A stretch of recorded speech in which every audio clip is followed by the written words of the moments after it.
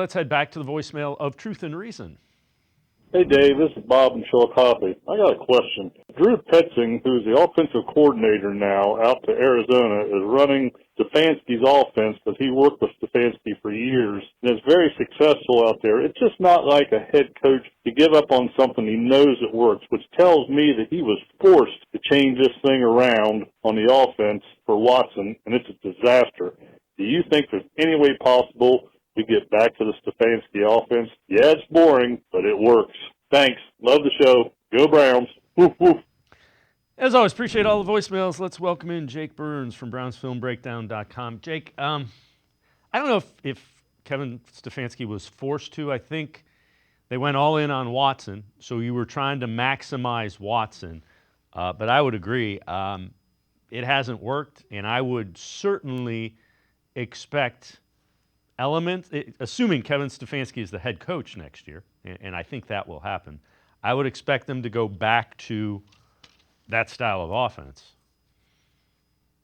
Yeah, probably. I mean, there's elements, I think, of what Ken has done that has worked across variations of the Bills over the years, and certainly intertwining it with what Kevin has done is something I think that they would all agree has not gone as they had hoped or planned to be in place. I mean, if you're considering both of them coming back, I think they continue to work these last 8 games to melt together a lot of how they view things and how they apply things, but it will definitely lean more heavily in the direction of what Kevin has traditionally done, because you just don't have a quarterback that plays with that athletic play style the way that Watson does. And Jameis is just not that type of quarterback in terms of how he can, maybe potentially use his feet as a part of a +1 in the running game, some things like that. So I don't think it's any direct issue or direct criticism of what Ken has done or what Kevin has done. I understand what they were trying to do with Deshaun, but if you're not going to be playing Deshaun, probably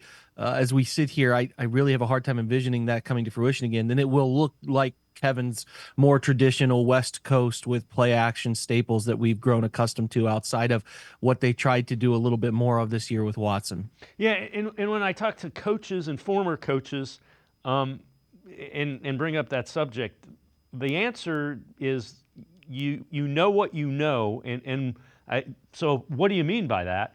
It means when something goes wrong, Kevin Stefanski knows how to fix those things in the offense. Right now, they don't appear to have the fixes. And the biggest concern I had is the offensive line play has just deteriorated significantly since they've switched. Yeah, I think that's something we probably miss on is the, elements of the supporting positions that get accustomed to doing something in one fashion for majority of the, Stefanski's time in Cleveland, and then kind of uprooting that and trying to do something different over the course of the last 8 months or so, right? The biggest thing for the offensive line deterioration, which I don't know has been, is not, let me put it this way, it's not been as bad the last 2 weeks. Some of it is health, because there have been very few instances where the collective has been out there as a whole this season. But some of it is predictable quarterback play. I think with how Deshaun plays and some of the, try to phrase it right, the chaos that he invites does create a bit of a difficult situation for offensive linemen to know how to block for that player, especially when you consider who they've been blocking for a majority of their time in Cleveland, which are more predictable pass drops, predictable spots in the pocket, football coming out in a specific time period.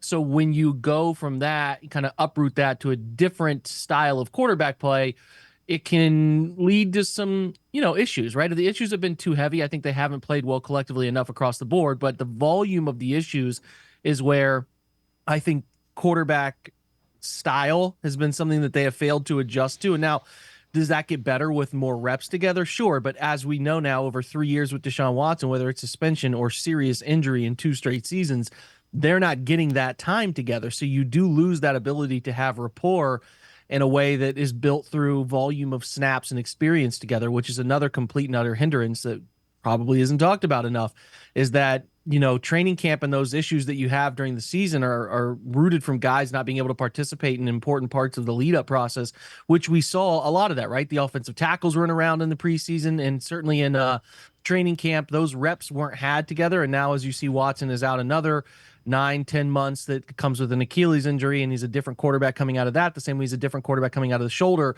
You just lose some of that ability, right? And I'm not saying that the offensive line is blameless in this scenario. I don't think they have been good enough collectively, and I certainly don't think the running backs until Nick returned have blocked well enough to help either.